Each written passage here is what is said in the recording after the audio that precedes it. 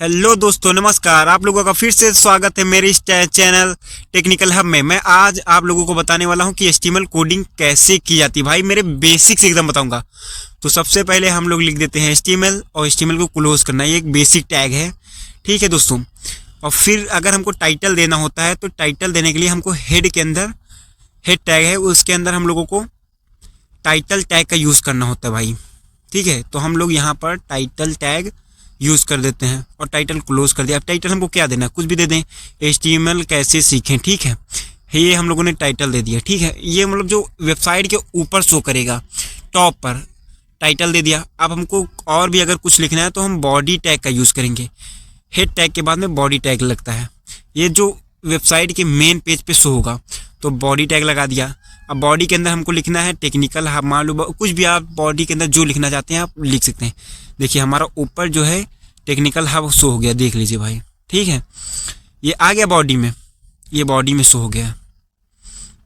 अब हम लोग इसके बेसिक टैग बताते हैं। जैसे बी टैग, बोल्ड करना है इसको, तो बोल्ड टैग करने के लिए बी टैग होता है, तो बी को क्लोज भी कर देंगे। अब देखो पहले से थोड़ा ज़्यादा बोल्ड हो गया है।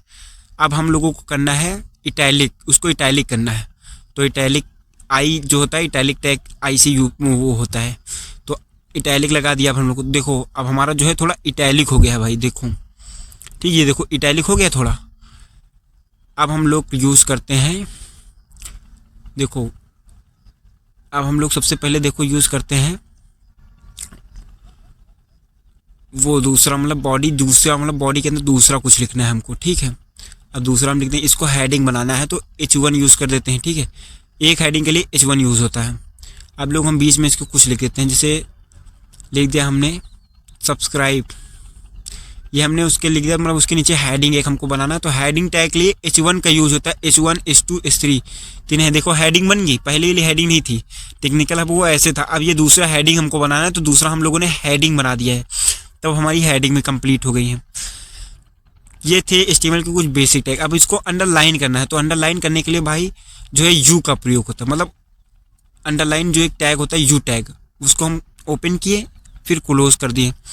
अब देखो अंडरलाइन हो गई, देखो हेडिंग मेरी अंडरलाइन हो गई ना, हेडिंग अब हमारी अंडरलाइन हो चुकी है। ये थे कुछ बेसिक टैग HTML के, और भी हम लोग आपको बताएंगे। देखो हमको ऊपर टेक्निकल हब को भी अंडरलाइन करना है। ठीक है, उसको भी अंडरलाइन कर देते हैं हम लोग। तो उसमें हम लोग फिर से यू लगाएंगे, यू टैग का यूज़ करेंगे, फिर इसमें यू टैग लास्ट में क्लोज कर दिया हम लोगों ने। देखो जो ऊपर टेक्निकल हब जो है वो भी अंडरलाइन हो चुका है, अभी देख सकते हो आप लोग, हो गया है। ये कुछ टैग थे बेसिक, ये जो टैग हैं भाई ये बेसिक टैग हैं एकदम, आप ये लोग देख लीजिए। अब हम लोग जो है कुछ दूसरा करते हैं। ठीक है, अब इतने टैग आप लोग याद कर लीजिएगा, बहुत इंपॉर्टेंट है, ये एकदम बेसिक चीज़ें हैं। तो अब आप लोग दूसरा कुछ ट्राई करिए, मतलब ये टैग यूज़ कर लीजिए अपने उसमें और याद कर लीजिए भाई, ये बहुत बेसिक टैग थे। अब हम लोग फिर से HTML लिखते हैं, ये दूसरा मैं कुछ बनाने जा रहा हूँ। HTML देखो, HTML टैग हम लोगों ने लगा लिया। HTML लिखना बहुत ज़रूरी है, HTML नहीं लिखोगे तो आपका कोड जो है रन नहीं होगा वेबसाइट पर। तो HTML हम लोगों ने लगा लिया। ठीक है, अब HTML क्लोज भी करना होता है, क्योंकि भाई ये एम्प्टी टैग है, एम्प्टी टैग का मतलब होता है क्लोज, ये क्लोज होंगे, जरूर क्लोज होंगे। कंटेनर टैग हैं, इनको कंटेनर टैग भी बोलते हैं भाई। ठीक है, तो इनको हम लोग क्लोज कर देते हैं HTML को। अब इसके अंदर हम लोग हेड हमको नहीं डालना है, टाइटल हमको नहीं देना किसी चीज़ का, तो हम सीधे बॉडी में लिखेंगे। आप टाइटल दो या ना दो ये आप पे डिपेंड करता है। बॉडी में हमने दे दिया टेक्निकल हब। ठीक है, ये हमारा बॉडी का पार्ट होने वाला है, बॉडी का जो पार्ट है वो पार्ट है, इसको एक हेडिंग के अंदर हम क्लोज कर देंगे। ठीक है, इसको हमको एक हेडिंग बनाना है। ठीक, तो इसको हम लोग हेडिंग बना देते हैं। अब H1 लगा दिया हम लोग हेडिंग बनाने के लिए। ठीक है, अब H1 जो है हम लोगों ने क्लोज कर दिया, ये भी एक कंटेनर टैग है, याद रखना दोस्तों। अब एक हेडिंग बन गई हमारे पास। अब हम लोग यहाँ पर दे देते हैं फॉन्ट एक ये टैग याद कर लेना भाई, फॉन्ट, इससे फॉन्ट का स्टाइल, कलर सब कुछ चेंज होता है। तो फॉन्ट कलर हम लोगों ने दे दिया रेड। ठीक है भाई, अब फॉन्ट ये भी वो कंटेनर टैग है, इसको याद रखना। अब यहाँ पर फॉन्ट क्लोज होगा। फॉन्ट कलर के अंदर फॉन्ट साइज़ भी आप दे सकते हैं, कुछ भी दे दीजिए, मतलब जो उसके एट्रीब्यूट होते हैं। देखो रेड कलर का हो गया हमारा।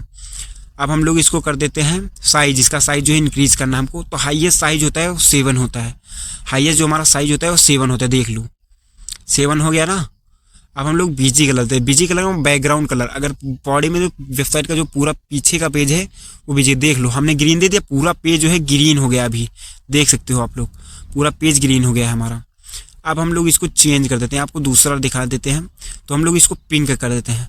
ठीक है भाई, देख लो पूरा पेज